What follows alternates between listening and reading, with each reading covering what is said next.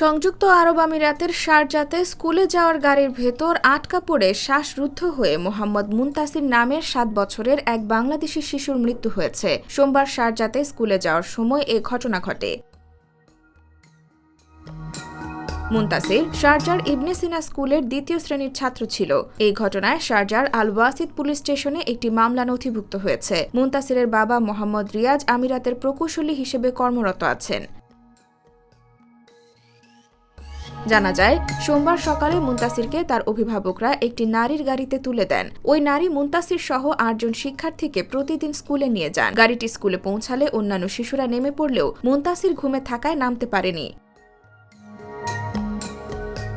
এ অবস্থাতেই ওই নারী গাড়ি নিয়ে বাসায় ফিরে আসেন। পরে যথারীতি ওই নারী স্থানীয় সময় বিকেল ৩টার দিকে স্কুল থেকে অন্যান্য বাচ্চাদের আনতে গেলে গাড়ির ভেতরে মুনতাসিরের নিথর দেহ তার চোখে পড়ে। সোমবার শারজাতে প্রায় ৪৪ ডিগ্রি সেলসিয়াস তাপমাত্রা রেকর্ড করা হয়েছে। সরাসরি সূর্যের নিচে ওই গাড়িটি পার্ক করা ছিল। আর লক করা গাড়ির ভেতরে তাপমাত্রা ৭ ডিগ্রি সেলসিয়াস পর্যন্ত পৌঁছাতে পারে বলে জানান বিশেষজ্ঞরা।